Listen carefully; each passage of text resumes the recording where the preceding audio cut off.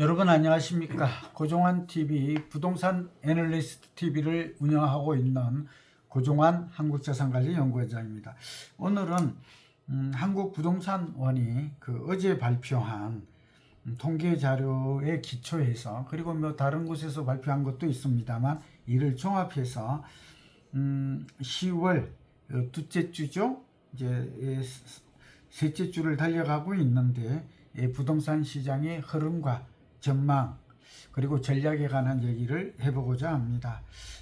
부동산원이 발표한 자료를 보니까 일각에서는 이 집값이 좀 꺾이고 있다, 주춤하다고 그랬는데, 서울의 아파트 가격은 여전히 상승폭이 오히려 약간 커지면서 30주, 그러니까 482, 32, 그러니까 거의 8개월째 가까이 집값 상승폭이 이어지고 있다 하는 거고, 집값뿐만 아니라 전세 가격도 같이 동반 상승하고 있습니다. 이런 내용은 다 우리는 알고 계시죠?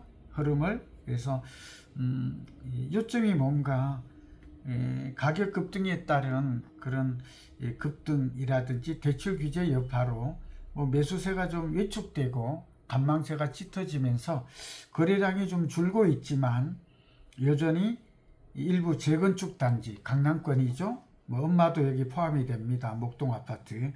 그리고 신축 아파트에서 계속 신고가 거래가 발생을 하면서 오히려 상승폭은 좀 커지고 있다는 게 한국부동산원의 최근 발표 자료입니다. 국토부 실거래가 시스템을 보니까 요즘 여의도가 뜨고 있다고 그랬잖아요. 우리가 많이 추천했던 삼부 아파트라든지 또 시범 아파트, 이런 것들이, 예를 들면 삼부 아파트 전용 면적 175제곱미터가 43억 5천만 원에, 그리고 시범 아파트도 전용 156제곱미터가 35억 2천만 원에 각각 신고가를 갱신한 것으로 이렇게 기록이 되었습니다. 강남 엄마 아파트, 대치동 엄마 아파트도 전용 면적 85제곱미터, 우리가 34평이라고 하죠. 이게 29억 4억 8천만 원에 또 신고가를 찍었습니다. 그러니까 대치동 엄마 아파트도 이제 34평은 30억이다 라는 걸 좀 알 수 있습니다. 뒤늦게 이제 재건축 아파트가 오르는 것은 이제 두 가지 이유가 있다고 그랬죠. 이 신축 아파트가 계속 오르다 보니까, 또 정부가 도심권 재건축 재개발을 할 정비 사업이죠. 여러 번 얘기했습니다. 반복하기 않아도 될 것 같아요. 이런 것들이 좀 공사비도 좀 안정이 되고 금리가 내리면 재건축이 최고의 수혜주가 된다. 그런 관점에서 조금 늦게 좀 오르고 있는 것으로 이렇게 보입니다. 또 재건축이 오르다 보니까 어때요? 우리가 이제 구축 아파트, 재건축은 이제 30년 넘은 아파트를 의미하고, 또 추진위원회가 구성이 돼서 진행되는 아파트를 말한다면 10년에서 20년 또 30년 이런 아파트, 구축 아파트가 최근에 저도 여러 방송에 나왔을 것으로 보이는데, 키 맞추기, 갭 메우기, 이런 현상이 나타나면서 구축도 좀 같이 오르고 있다라는 게 현재의 시장 흐름으로 진단이 됩니다. 전세 시장이, 수도권은 오히려 상승폭이 커져요.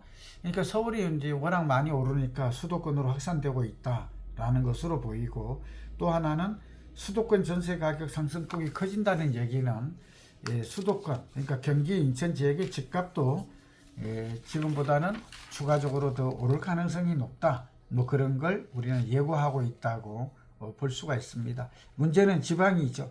이 지방 같은 경우에는 전세 가격, 매매 가격은 약세를 보이는데, 지방 같은 경우도 0.01% 전주 대비 오르면서 상승으로 전환했다. 이 부분은 좀 주목돼요.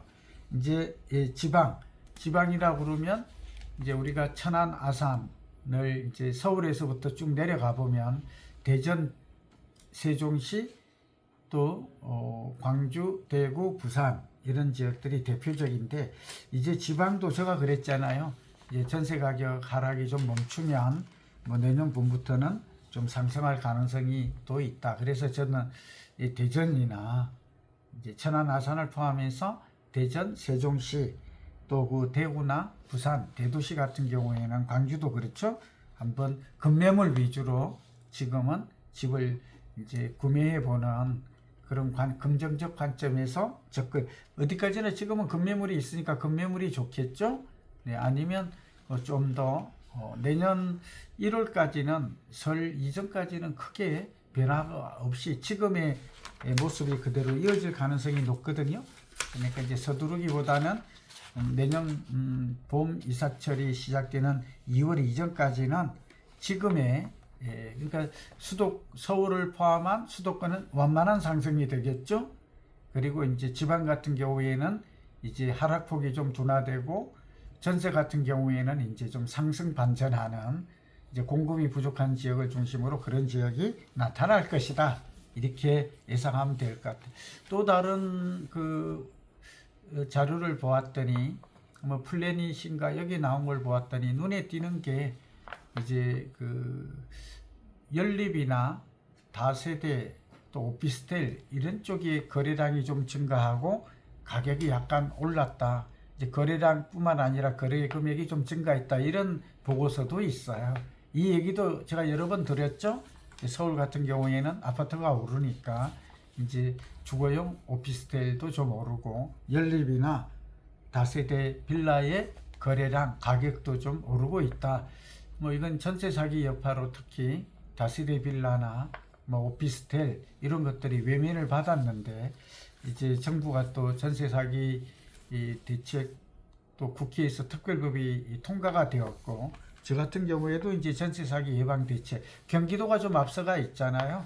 경기도 같은 경우에는 이제 전세 사기 예방 대책으로 안전 전세단도 만들고 또 안전 전세 지킴이 이런 것들도 활발하게 합니다. 저도 지금 허그와 공인중개사 협회와 저희 한자원과 그리고 MBN이 앞으로 전세 사기 예방 대책, 그러니까 체크리스트를 활용한다든지 또 중개사와 임차인에 대한 전문 교육을 한다든지 뭐 이런 여러 가지 방안을 지금 강구해서 아마 조만간 언론에도 나오고 또 MOU도 체결하면 여기 호응하는 착한 중개사와 함께 전세 사기 예방에도 큰 도움이 될 것으로 보고 있습니다. 오늘은 10월 부동산 시장 흐름과 전망에 대해서 알아보았고 이러한 부동산 경기 전망에 따라서 내 집 마련을 하는 그런 계획을 짠 분들은 여전히 내 집 마련을 실행하는 쪽으로 다만 부동산 경기가 이제 소강 상태 내년 1월까지는 들어가기 때문에 11월, 12월, 뭐 1월 이렇게 보면 기간이 있으니까 좀 차분한 마음으로 또 나의 자금력이나 또 가고자 하는 지역이나 이런 쪽에 잘 맞추어서 내 집 마련 계획을 짰으면 한다는 말씀을 드리면서 오늘 마칩니다. 여러분 경청해 주셔서 감사합니다.